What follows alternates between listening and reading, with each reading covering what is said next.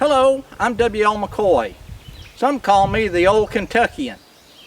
Come with me as I take a journey through the early days of Kentucky, and we'll explore a little bit about the history of the dark and the bloody ground. The Long Hunters, Daniel Boone, Simon Kenton, but there were others. The Skaggs brothers, the Graham brothers. They were all here very early on. We'll talk about Benjamin Lynn and Lynn Camp Creek and the Hunts. So come with me now as we journey through the old Kentucky. I think you'll enjoy it. Well, hello again. It's the Old Kentuckian here.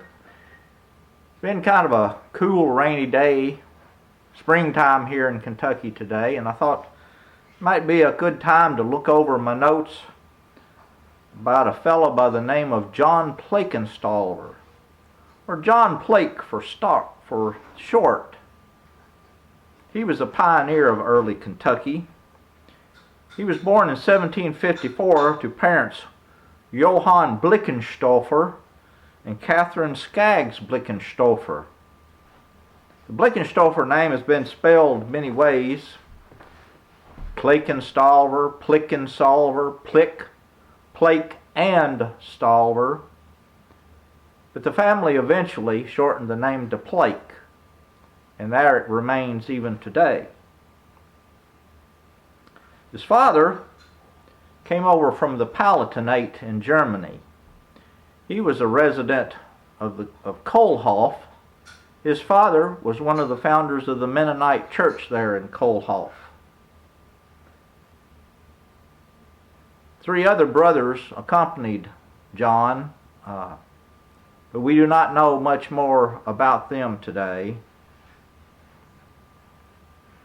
His wife, Johann's wife, was a sister to the Skaggs Long Hunter brothers, we believe, as it is stated in several documents that Johann and his wife Catherine had purchased some land from James Skaggs, and he was also named in several other documents concerning the family.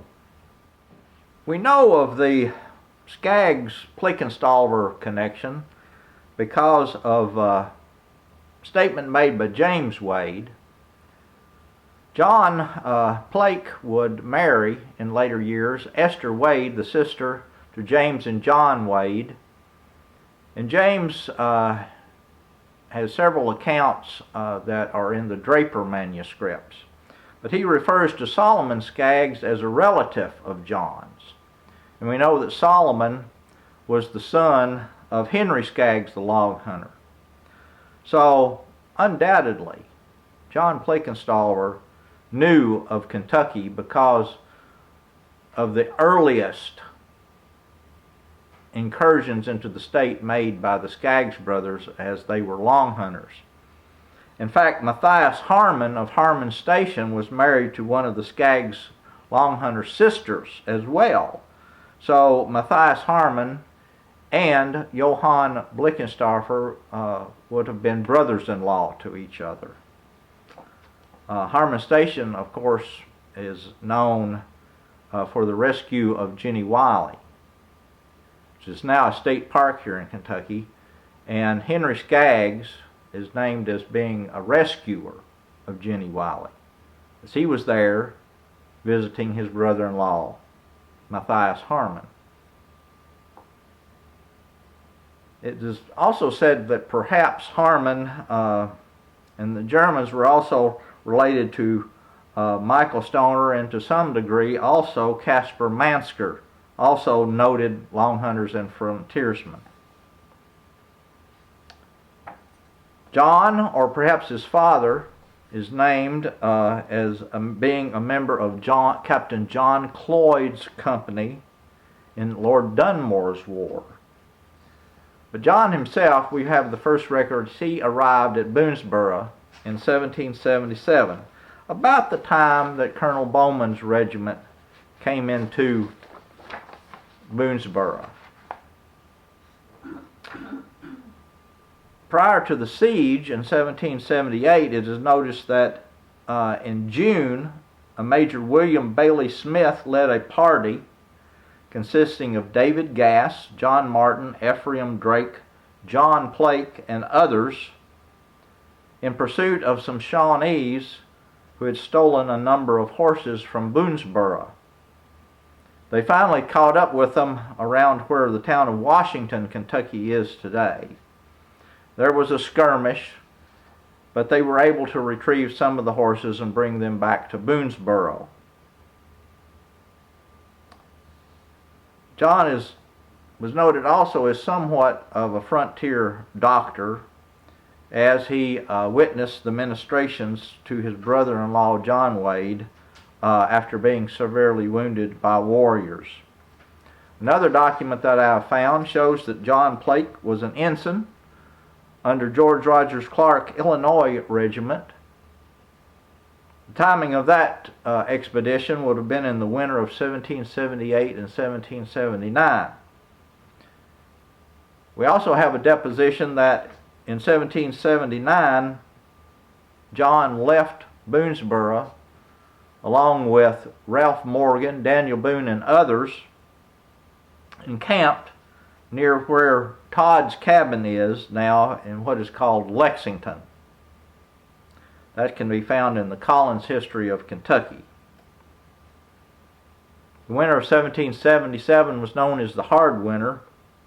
Snow came early and stayed on late.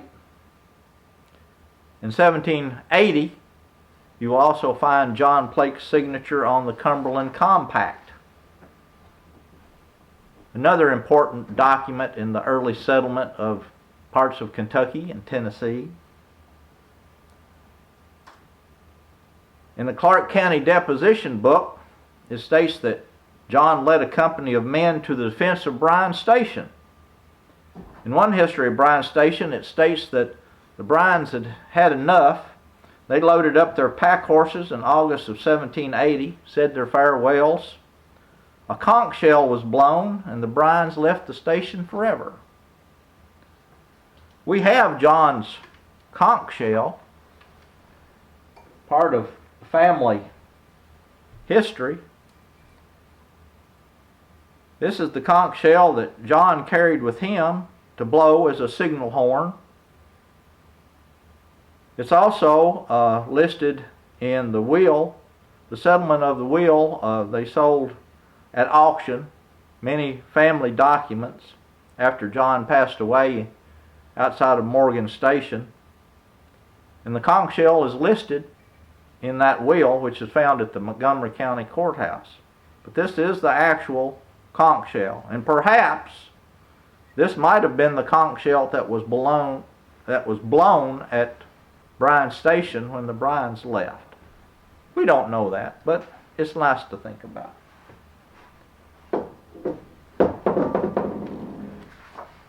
Yes, John Pleakenstalver was involved in much of the early settlement of Kentucky. In 1789, Ralph Morgan, relative to Boone, began his settlement near where Mount Sterling is today. John Pleakenstalver's brothers-in-law, James and John Wade, were prominent in the early settlement of Morgan Station. They sat there and put out crops. John Wade narrowly escaped an Indian attack. It was stated in later years in that account there were traces of 10 balls in John's clothing, saddle, knife, and rifle. The horse was also shot in the head. In the summer of 1790, John Wade would be shot by Indians as he was walking out of his corn patch. A bullet would pierce his hip, and another bullet would pass through 9 folds of a blanket he had rolled up and was carrying over his shoulder, but would not penetrate his skin. John was taken to his brother-in-law's cabin where he would have his wound treated and would survive that encounter. However, John Wade was never fully recovered from that. And in later times, the Indians in March of 1791, he would be attacked and killed by Indians as he was out trapping for beavers at the beaver pond near Morgan Station. In 1792, Kentucky became a state. Morgan Station was still active, although Little Mount, which would become Mount Sterling, was in the process of surpassing the station. In 1793, John Pleak returned with his family to his cabin on Harper's Creek, 1.5 miles from Morgan Station. Also with the family was Dawson Wade, his father-in-law, the father of James and John Wade, and John's wife, Esther Wade. March 31st, 1793, Easter service was held, and the next day, on April 1st, Morgan Station came under attack by a band of Shawnees. James Wade gave an account to Reverend Shane in his later years, and those can be found in the Draper manuscripts. Most of the men on that morning had gone out into the fields to work. When the attack happened, chaos ensued. People were running all over.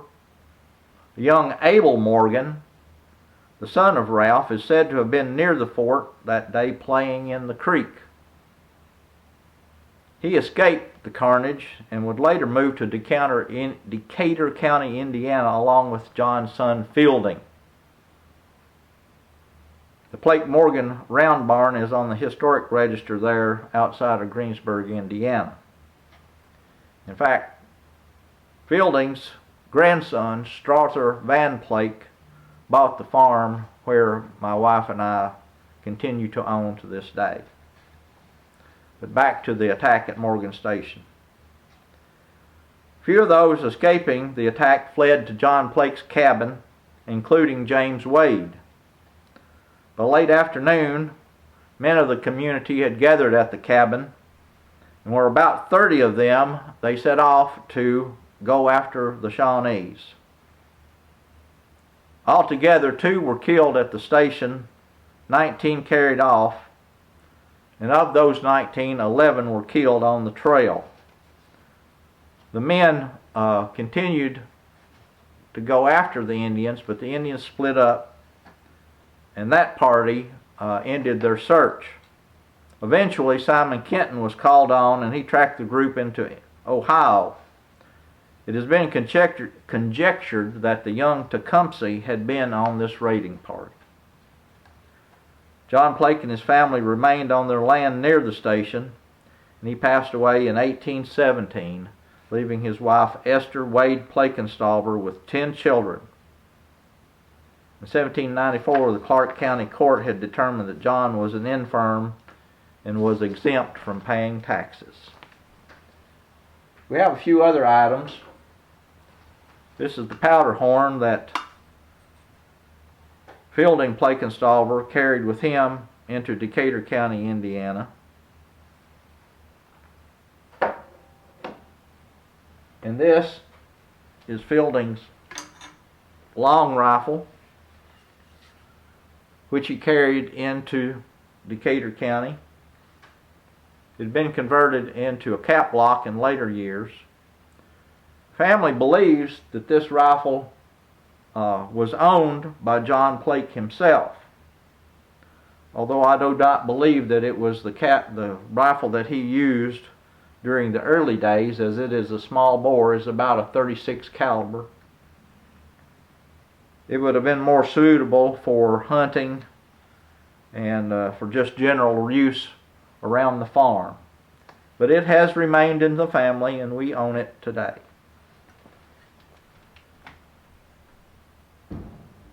We continue to learn more and more about John Pleak, and perhaps I'll have another video in the future to talk about John. But thank you for joining me.